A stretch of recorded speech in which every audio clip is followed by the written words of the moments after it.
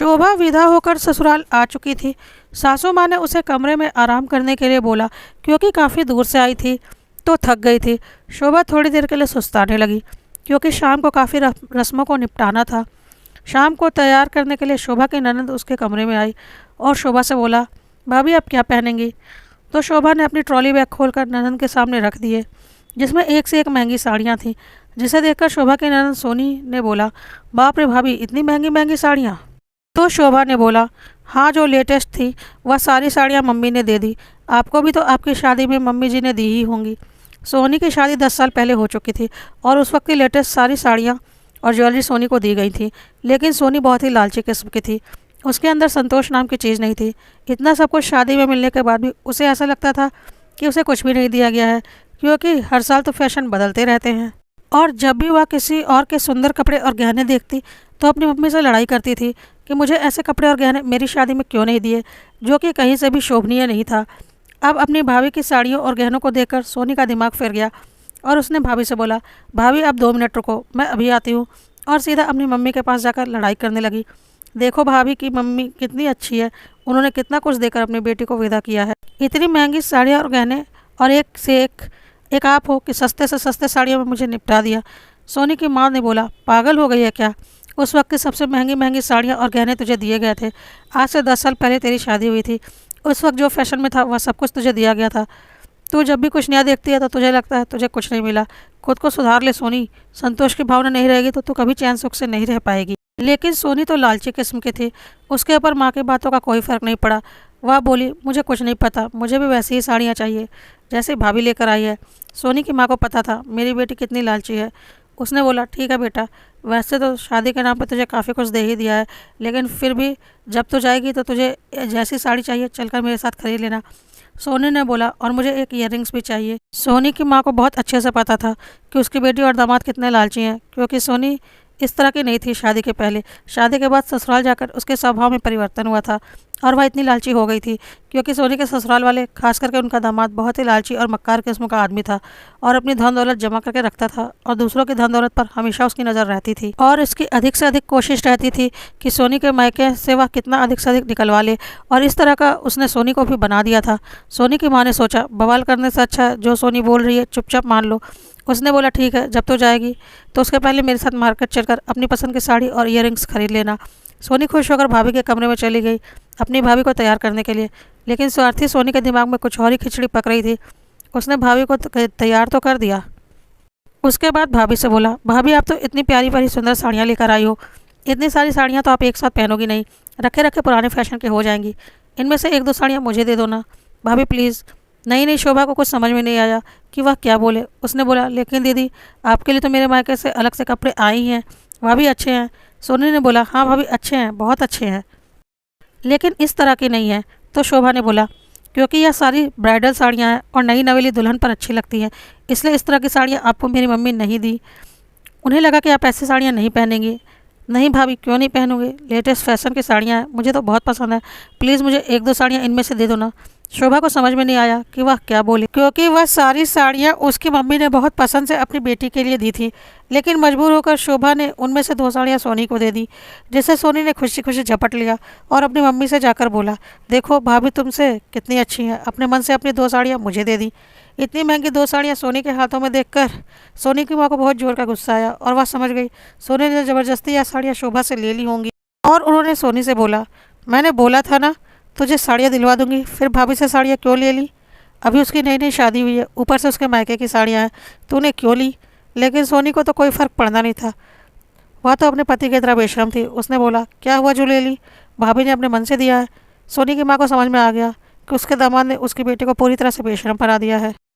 सोनी की माँ को अपने दामाद से बहुत चिढ़ होती थी, क्योंकि वह जब भी अपने ससुराल आते थे तो अपने सास ससुर और साले का जीना मुश्किल कर देते थे कि हमें शादी में यह नहीं दिया, हमें शादी में वह नहीं दिया, आपने हमें ठग लिया, और पता नहीं क्या क्या बकवास करते थे।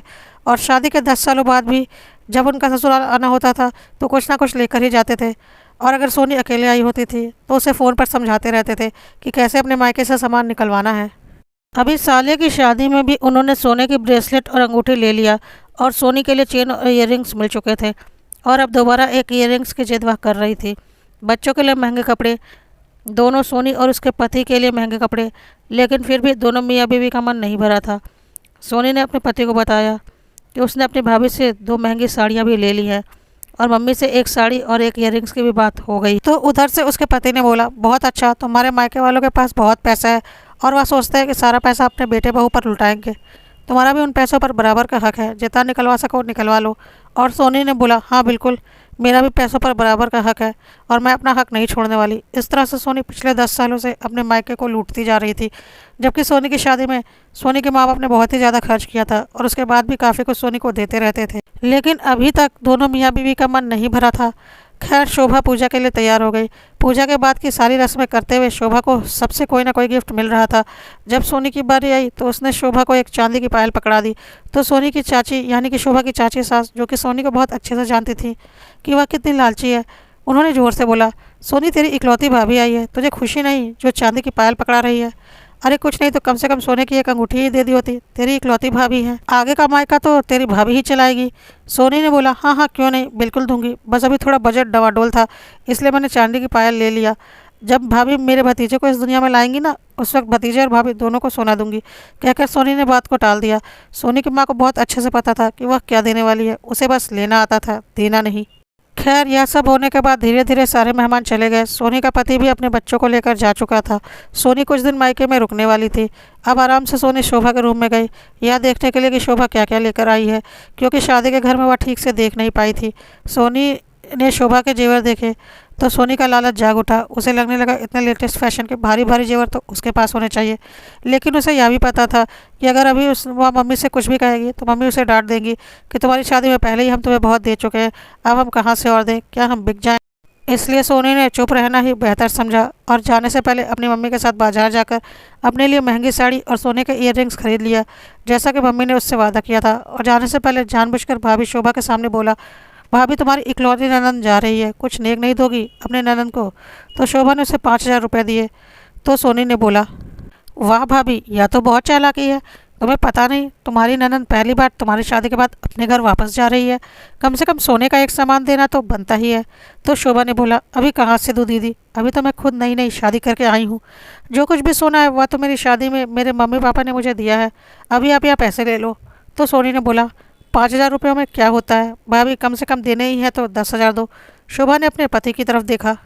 उसके पति को भी अपनी बहन की हरकतें बहुत अच्छे से पता थी, पर वह अभी कोई कलह करना नहीं चाहता था। उसने चुपचाप 5,000 रुपये और दे दिए और 10,000 रुपये लेकर सोनी चली गई। सोनी के जाने के बाद सोनी की माँ ने बोला, बहुत ही लालची हो गई है यह उस आदमी के साथ रहकर, पहले तो ऐसी नहीं थी पर शादी होने के बाद इसे बस अपना स्वार्थ दिखता है। शोभा को बहुत ही अजीब लगा कि एक माँ अपनी बेटी के बारे में ऐसा कैसे बोल सकती है, और उसने इस बारे में अपने पति से बात की। तो उसके पति ने बोला, इसमें माँ की कोई गलती नहीं, हमने सोनी की शादी बहुत अच्छे से धूमधाम से की थी और उस जमाने के हिसाब से उसे बहुत कुछ दिया था। सोनी भी ऐसी नहीं थी, लेकिन उसके ससुराल वाले अच्छे नहीं हैं, बहुत ही लालची किस्म के हैं, खास करके दामाद जी। उस घर में सोनी के जाने के बाद धीरे धीरे उसे भी अपने जैसा बना दिया गया। उसके ससुराल वाले इतने लालची हैं कि आज तक यहाँ से जितना निकाल पाते हैं निकालते रहते हैं, और अभी मेरी शादी में भी काफ़ी कुछ ले लिया है उन्होंने। और सोनी भी उन्हीं की तरह है, उसकी कोशिश रहती है कि वह कितना अधिक से अधिक अपने मायके से ले ले। उसे कभी भी शर्म नहीं आती कि उसके मायके में उसके पापा रिटायर हो चुके हैं, उसका भाई अकेला कमाने वाला है, अब वह अपना घर चलाएगा या उसका घर। शोभा ने बोला, अच्छा यह तो अच्छी बात नहीं।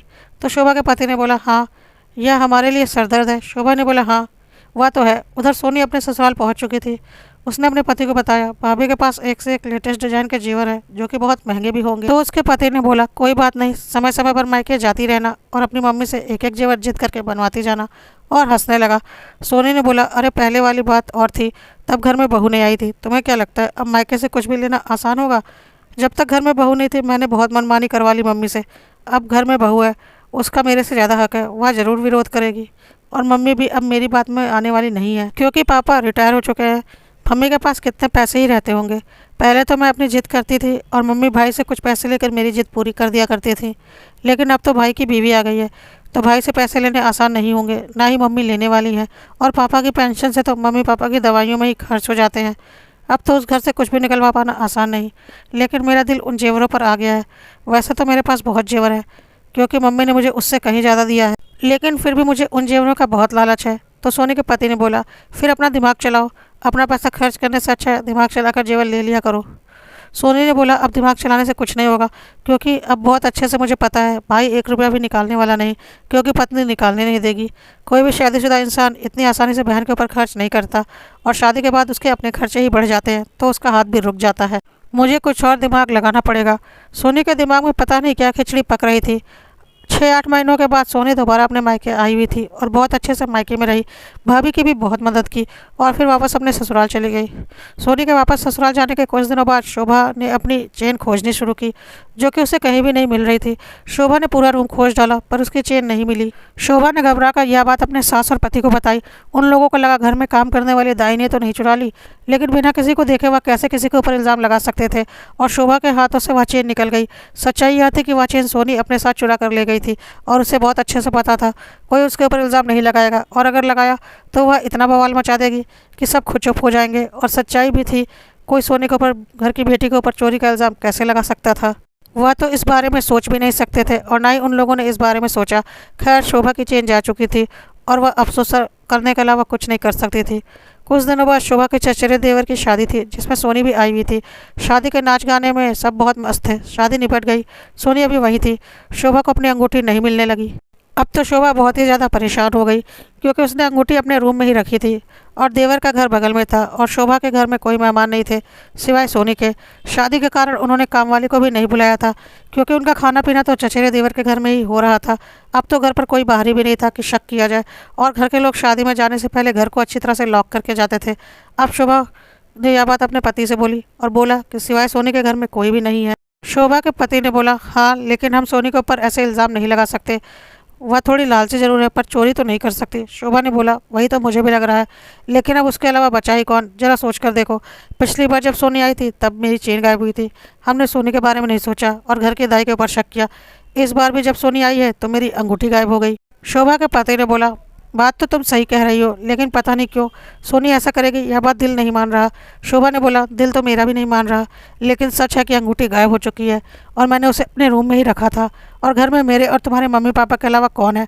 मम्मी पापा तो ऐसा करने से रहे, मैं और तुम ऐसा करेंगे नहीं, बच्चा हमारा है नहीं, तो अंगूठी कहाँ गई? शोभा का पति बोला, लेकिन अब हम क्या करें, कैसे किसी के ऊपर हम इल्ज़ाम लगा सकते हैं? शोभा ने बोला, लेकिन यह सही नहीं है, इस तरह से धीरे धीरे मेरे सारे जेवर ही गायब हो जाएंगे, फिर मेरे पास क्या बचेगा?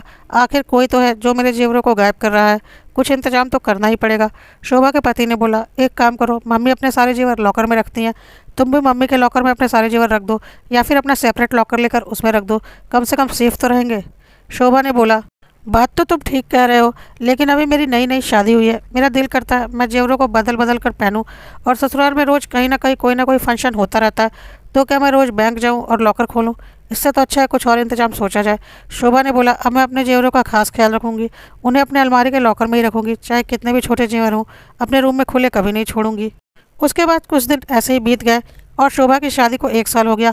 शोभा और उसके पति ने छोटी सी पार्टी दी थी अपनी फर्स्ट मैरिज एनिवर्सरी में, जिसमें उसके ननद नंदोई भी आए हुए थे। शोभा को तो अंदर से पता ही था कि उसके जेवरों को कौन गायब कर रहा है, और पर उसे सबूत चाहिए थे, इसलिए शोभा ने जानबूझकर इस बार अपना एक बड़ा सा सुंदर सा हार ड्रेसिंग टेबल पर ही रख दिया, जो कि कुछ देर के बाद गायब हो गया।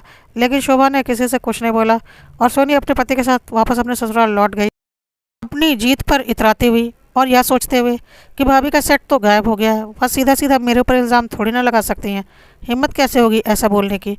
उसने अपने पति को भी सारी बातें बताई। उसके पति ने बोला, देखो बात तो गलत है, चोरी करना तो गलत है, लेकिन अब क्या करें, उन्होंने कोई रास्ता ही तो नहीं छोड़ा, अब चीज़ पसंद आ गई है तो लेना तो बनता ही है, कहकर सोनी का पति और सोनी हंसने लगे। थोड़ी देर के बाद शोभा ने अपने सास ससुर को अपने रूम में बुलाया और बोला, मम्मी जी, पापा जी, आप लोगों को कुछ दिखाना है। अगर मैं ऐसे कुछ बोलती तो शायद आप लोगों को लगता मैं आपकी बेटी के बारे में गलत बोल रही हूँ, पर अब क्या करूँ, कोई रास्ता भी नहीं बचा, कहकर शोभा ने लैपटॉप ऑन कर दिया। लैपटॉप में सोनी साफ साफ दिख रही थी, शोभा का हार उठाकर अपने पर्स में रखते हुए। सोनी की माँ तो अपना सर पकड़कर रोने लगी। क्या इसी दिन के लिए पैदा किया था इसे? अपने लालच में इतनी अंधी हो गई है कि चोरी तक करना शुरू कर दिया, वह भी अपने मायके में। कितनी नीच हो गई है यह। शोभा ने बोला, मम्मी जी आप मत रोइए, इसमें आपकी क्या गलती है? शोभा की सास ने बोला, इसमें मेरी ही गलती है कि मैंने ऐसी औलाद जनी। इतना सब कुछ देने के बाद भी उसके मन में इतना मैल है, ससुराल में इतनी संपत्ति है उसके पास, फिर भी उसका और उसके पति का पेट नहीं भरता। मुझे बहुत अच्छे से पता है उसका पति इन सब चीज़ों में शामिल होगा। यह दोनों मियाँ बीवी बहुत नीच है। मेरी बेटी है तो क्या हुआ, मुझे बोलने में बिल्कुल शर्म नहीं कि वह बहुत ही नीच है। शोभा के पति ने बोला, माँ तुम क्यों रोती हो? हमने तो जानबूझकर कमरे में सीसीटीवी कैमरे लगवाए थे क्योंकि शोभा की चेन गायब हुई थी। उसके बाद शोभा की अंगूठी भी गायब हुई, जिसके बारे में हमने आपको बताया भी नहीं क्योंकि हमें लगा आप सोचेंगे हम सोनी के ऊपर गलत इल्ज़ाम लगा रहे हैं।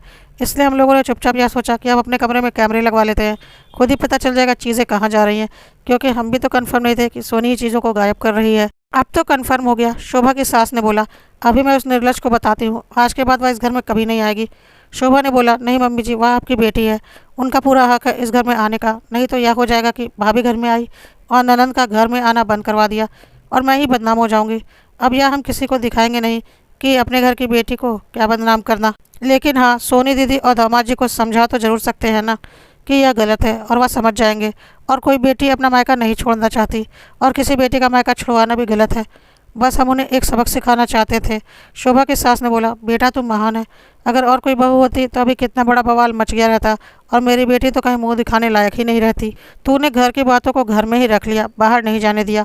शोभा के ससुर को बहुत ही ज़्यादा गुस्सा आ रहा था सोनी की हरकतों को देखकर।